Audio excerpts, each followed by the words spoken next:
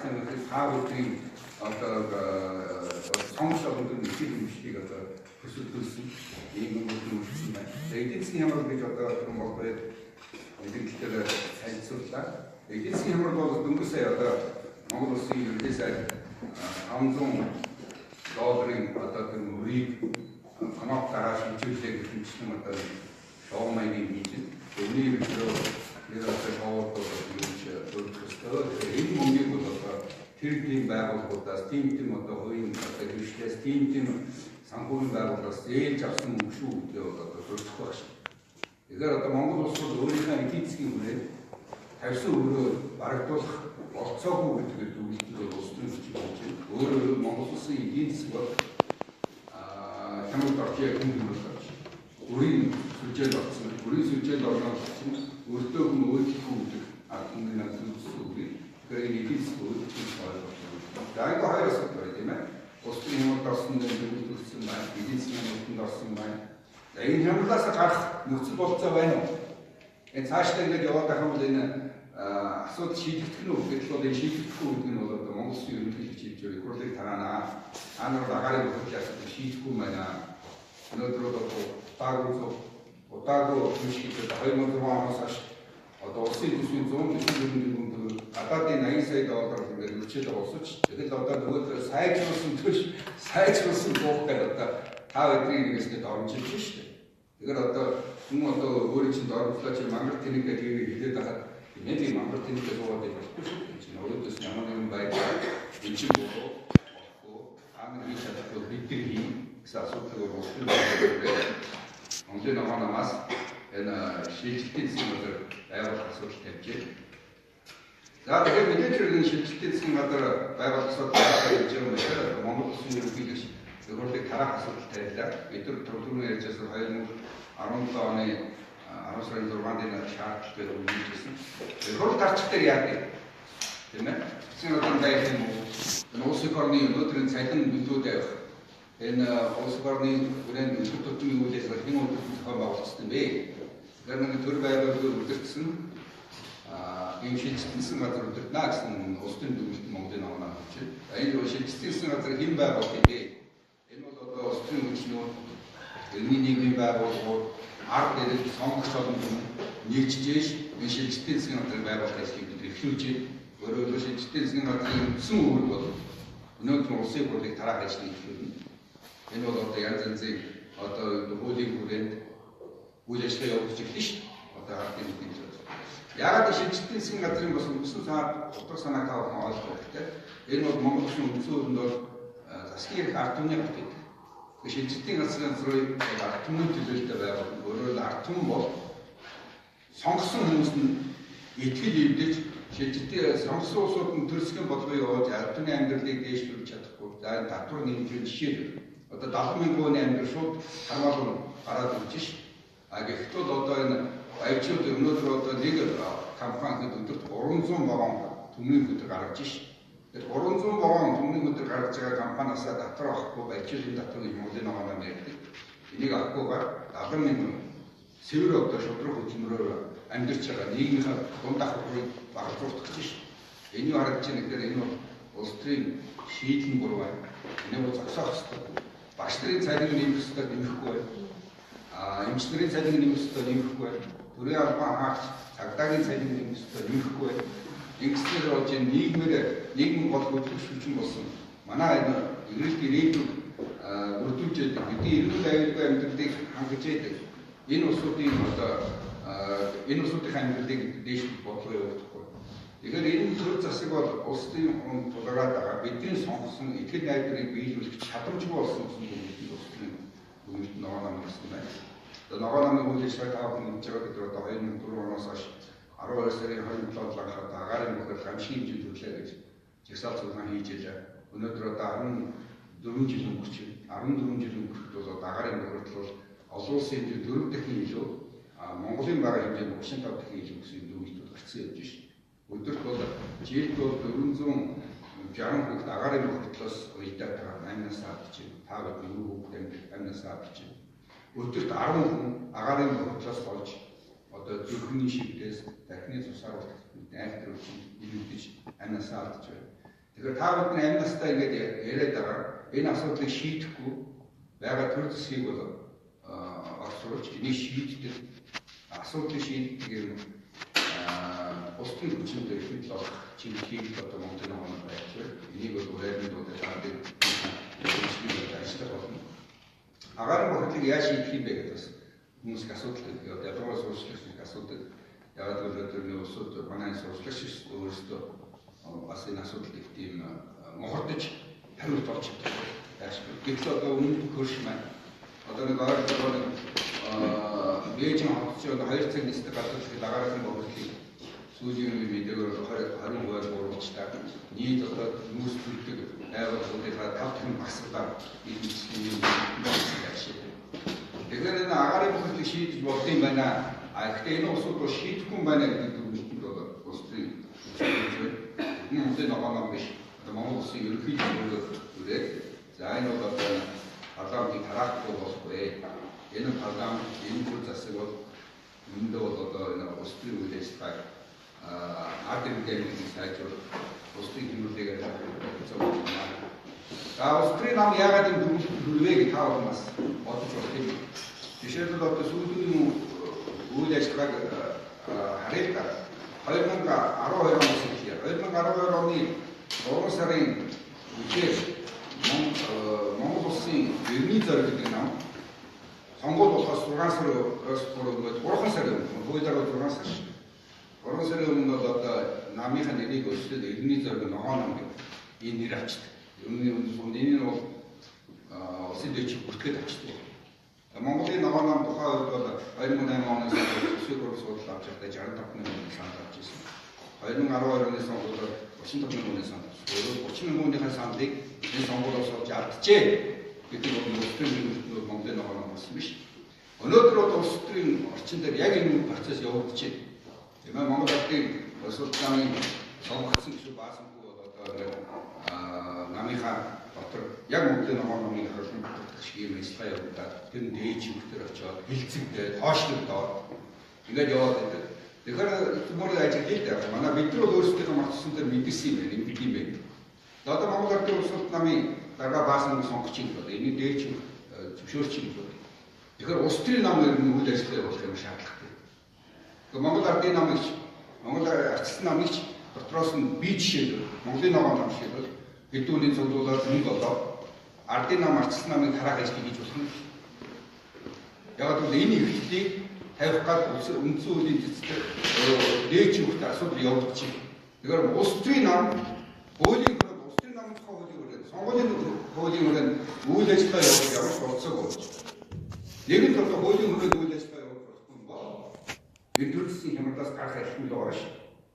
Яг л хуулийн хүрээд үйл ажиллагаа явуулах болцоог болж.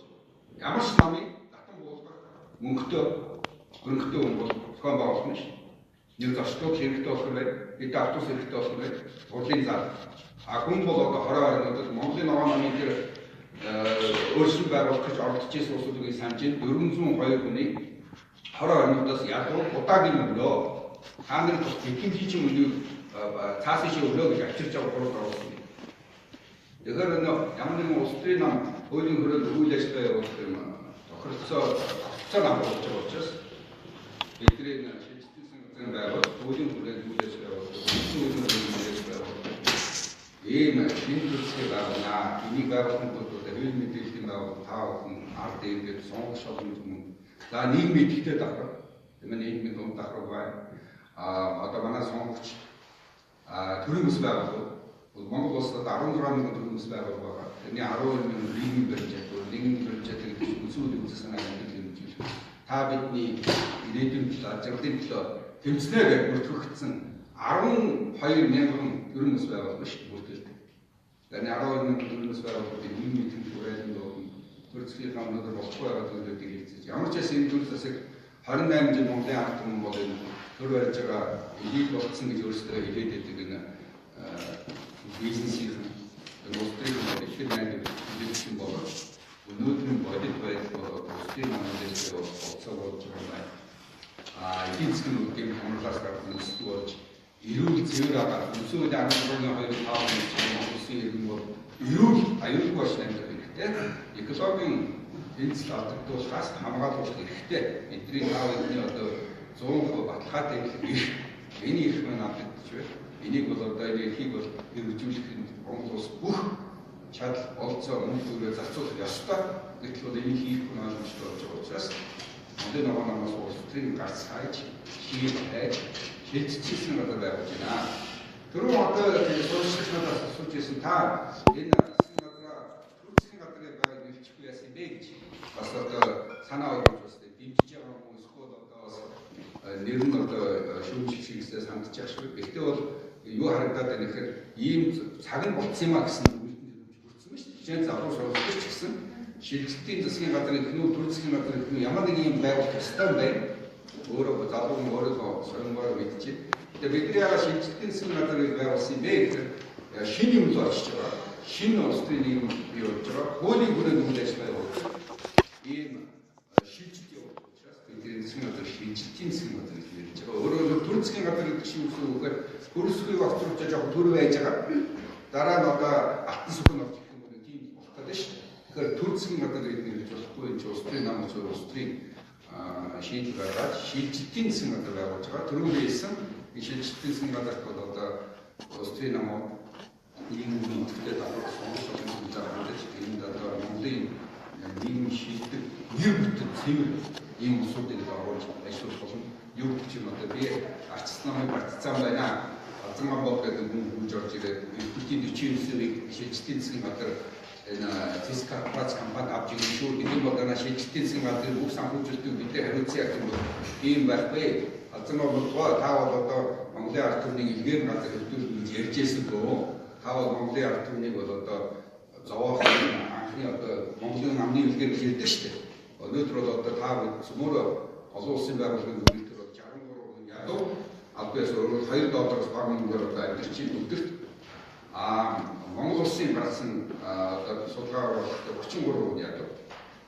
Тэгэхээр энэ судалгааны үгэн харахад Монгол улс бол ядуурлын хэмжээг ондоорох гэж байна. $2 гэвэл өнөөдрийн ханшир бол $5,000. $5,000-өөс бага мөнгөөр амьдрч Монголын одоо нийт хааны 63%. Тэгэхээр сурвалжлагч та бүхэн өнөөдрөөс өөрийнхөө хүрээд хэдэн хоног сарын цалингаа бодоод хэдэн хоногт нь би татвараа зээлээд төлөөд тэгээ хэдэн хоногт нь би $5,000 бага байсан, хэдэн хоногт нь би $5,000-өөс илүү зарсан. Тэгэхээр одоо сарын одоо юу гэх юм одоо 30 хоног гээд бодоход нэг 7 хоног та ядуу хүн шиг амьдрч хийхээс болно шүү. $5,000-өөс бага мөнгөөр амьдрч. Тэгэхээр ийм нөхцөл та бүхэн үлгэж байгаа энэ төр засаг бидний амьдралыг дээшлэх учраас одоо ард түмнээ бидний үйл бүрэлдэхүүн дуудахаар өөрсдөө засгаад үзье. Өөрсдөө хүмүүсийг сонгоод үзье. Өөрсдөө шудраг улсуудаа гаргаад үзье.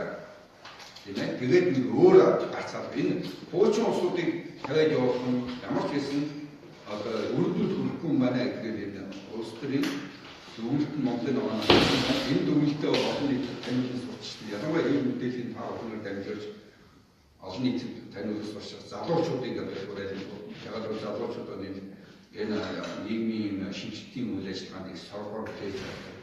Тийм ээ. Нийгмийн ирээдүйд залуучуудын ирээдүйд шийдсэн. Миний ирээдүйд шийдсэн. Залуучуудын ирээдүйд залуучууд нийгмөө ирүүл барих болж байна. Хүн үгүй гэж хүн ядуу гэж.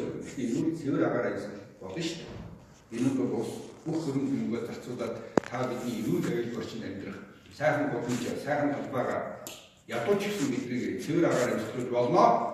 Тэгэхээр чинь хэрэггүй шүү дээ. Тэгэхээр энэ болгодог болгоно. Өөрсдөө хийж чадахгүй учраас бид өөрсдөө хий болно юм чинь. Тэгээ юм утгаараа улсын энэ үйл ажиллагаанд арддаг өрөөлөнд дурж байна. За сурвалжлагч та бүхнээс асуух зүйл байл одоо хариулъя. Шилжилтийн засгийн газар одоо нам улсын сургууль намын нэг юм уу? Сайн дурын юм байна. Тэгээд түрүү би та хэллээ метродон шилжилтийн засгийн газар байгуулах ажлыг бол улс төрийн нам тийм ээ нийгмийн баримтууд төрөөс байгуулах сонгогч олон төлөв хандаж санаа болж байгаа. Гэхдээ энд шилжилтийн засгийн газарт орж үйл ажиллагаанд оролцох улсууд нь нэг цэвэр ёстой гэсэн ганцхан критерий Монголын ногоон намд хэмжээ. Өөрөөр хэлбэл нэг лидер нөхөр гардаг ганцхан гомбол чигүүн гараад амтны дургуур гэж болохгүй шүү дээ. Яг л Монголын нийгмийн ихэнх нь эрдэнтийн 49% бол одоо хууль бусаар авчижээ гэсэн зөвлөлтөнд хүрсэн байна судалгаа. Тэгэхээр шилжилтийн засгийн газрын хамгийн түрүүнд баримттай нэр ухаар ясуу гэж. Өөрөөр шилжилтийн засгийн газар анханасаа баримтлах зарчим нь бол бид нар одоо ард иргэдтэй уулзаад улсын намд ярьж байхдаа нэр цэвэр тийм ээ ёс суртахуунтай ийм усуудаар л одоо шилжилтийн засгийн газар бүрдүүлэх шүү. Энэ бол удаан өргөжлөх процесс. Их эмзэг одоо ялангуяа манай монголчуудын хувьд бол хэцүү процесс шүү дээ. Тэгэхээр энийг үедээ хамгийн түрүүнд давах хэрэгтэй. Дэлдэг байдаг шүү дээ. Одоо ихэн бүлэнгартай бол адны бүлэнгартай гэж. Энд чинь айхтар үг баггүй. Тийм учраас эхлээд тавьж явах гэдэг машин хаалганд болно. Энэ дээр бусад улсын хүчнүүд ард иргэдтэй ярилцахдаа энийг л критерий гэдэг байх хэрэгтэй. Яг гэвэл 3 сая хүнд чинь та бидний хүрээнд шудраг чадaltaй боловсролтой олон хүн биш үү? Энийг бол улс төрийн ажил хийж байгаа би бол сайн мэддэг. Энийг дээшээ гаргах нь хамгийн гол өнөөдрийн критерий юу гэдгээр мөнгө. Та ёс суртахуунгүй байна уу? Тийм ээ? Одоо юу гэх юм одоо бүхэл төрлийн ёс суртахууны дөрөлттэй байсан ч гэсэн өнөөдөр их хурлын гишүүн болох юм критерий мөнгө байна. Энэ болоод байгаа одоо их хурл сууж байгаа энэ маргаан гэрүүл болоод байгаа янз янзын улсуудын асуудал харагдаж шүү. Өөрөөр хэлбэл улсууд мөнгөө төлөөл авах гэсэн. Хурлаас зарим суухгүй шүү. Тэгэхээр юу харагдаж байгаа гэхээр шудраг, цэвэр, ёс суртахуунтай хүнийг сонгох ийм л чиглэлээр байна шүү. Ингэж л гацхаар мөнгийг эрхлэх юм болохгүй байна. Бүх юм их товчлоо тодорхой ойлгож байна. Танай намын зүгээс байгаль орчныг хамгаалах чиглэлээр ямар ажил хийж исэн бэ? Туул гол болон филб голыг цэвэрлэж исэн удаа байгаа юу гэд лавэрхэн асууж байна. Тэгээд бид нар бол одоо байгаль орчныг хамгаалах ажил маш их ажил хийж байгаа шүү. Одоо 27 жилийн түүхтэй анх байгаль орчныг хамгаалах багцуудын чинь манай нам батлуулж байгаа 1996 сарын оны орон байгаль орчны үнээр хэмжээгээр хол манай намын дараа байсан басан дор хийж хэмжээгээр би өөрөө маш гоорлуудаа гоорлуудыг зөвлөж хэлхийг тийм ээ янз бүрийн хөдөлгөөн туул голын эдгээр чинь байсан байрлуудыг нураах гэх үжилтэн одоо маш ажиллагаанд оролцож цагдаад одоо 8 удаа баримтлаа шүү. 8 удаа. Тухайн үед одоо цагтын сэргээний байдлал бол одоо зүгээр барьчихгүй шүү. Арж аваад зоодно эдгээрээ дөрвөлт айл нүсүрдүү ээжичдийн бүхэл ажлуудыг бид нар идэвхтэй хийж явсан. Тэгэхээр энэ дээр бол одоо манай намын олон гишүүд одоо экологийн байгаль орчны хүмүүст байгаад үйл ажиллагаа явуулж байгаа. Улс төрийн намаас гэхээс илүү иргэний нийгмийн үйл ажиллагааг дэмжих бодлого баримтлах учраас манай ногоон намаар иргэний нийгмийн үйл ажиллагааг дэмжиж идэвхтэй улс төрийн үйл ажиллагаа явуулж шүү.